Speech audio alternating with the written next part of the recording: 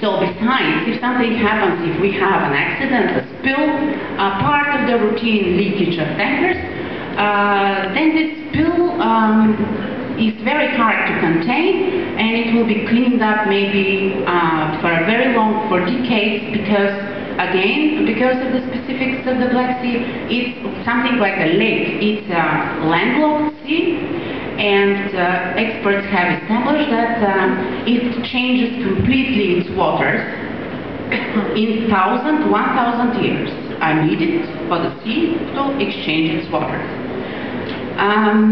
Also, this pipeline project in the supposed route is very, very close, in close proximity to the Strandzha Nature Park.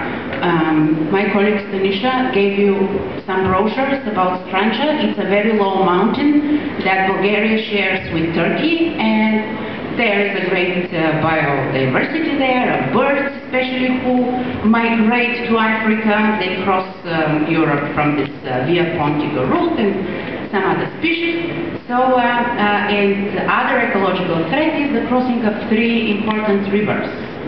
So, yeah, I think that especially in Burgas we have concentrated mainly on the threat for the sea and seawater, while I was reading some time ago a report of an institution that controls the operation of pipelines in the US, and they give the statistics that 27% of the accident failures of operation that have happened over the last years happened in the underground part of the pipeline, and this was due to corrosion. Maybe it happens over years, not at the very beginning.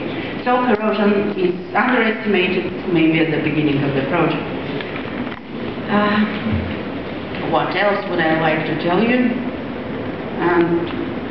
To finish with the referendum, maybe you will be interested to know about what the civil society, that sometimes we doubt whether there is civil society at all in our country, did to protect our environmental interests, human rights. We organized this referendum in the city of Burgas, which is the 4th city in the country, 215,000 people population, maybe 180,000 voters, which is important for the referendum, due to a newly elected local government, which had in its election platform that they are against the pipeline and they will make a referendum once they come into power. So they came into power this autumn, and that is, well, we have to congratulate them on this. They kept their promise, and they called this referendum. It happened on the 17th of February, a very cold February day, which did not prevent our Greek friends to come from Alexandroupolis to see how things were in Burgas. 27% of the voters voted, which in numbers means 52,000 people, and 97% of them were against the pipeline. Our media coverage was very bad because freedom of speech is not fully fledged in our country, maybe in other Balkan countries too.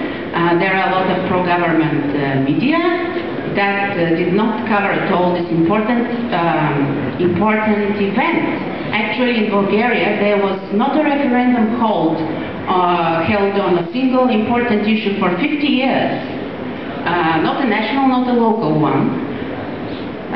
So it was downplayed also by government people. They said that it's not important, nothing will come out of it, we cannot influence anything. And finally, it was announced not valid. Why? Because as other Balkan people, Balkan countries, we have this totalitarian legislation regarding direct decision-making by the people. And while in political elections, even if 5% of the people turn out to vote, we have representative institutions. But in the case of direct decision-making, we are required turnout of 50%. the decision of the referendum has some legal power. So we didn't reach this number.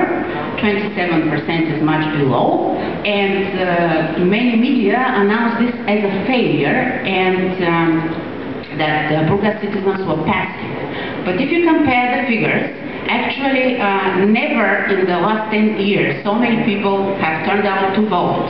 48,000 people voted for a mayor, which is less than 52, and 20,000 people voted in the last presidential elections. I'm talking about my region. Excuse me, Yeah. I must say the second time the time you spent.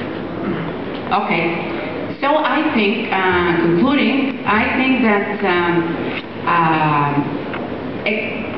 establishing mechanism of direct democracy, which are referendum, popular initiative, a recall of elected politicians is very important for the Balkan countries, and it is directly related to the Mao struggle to protect environmental rights.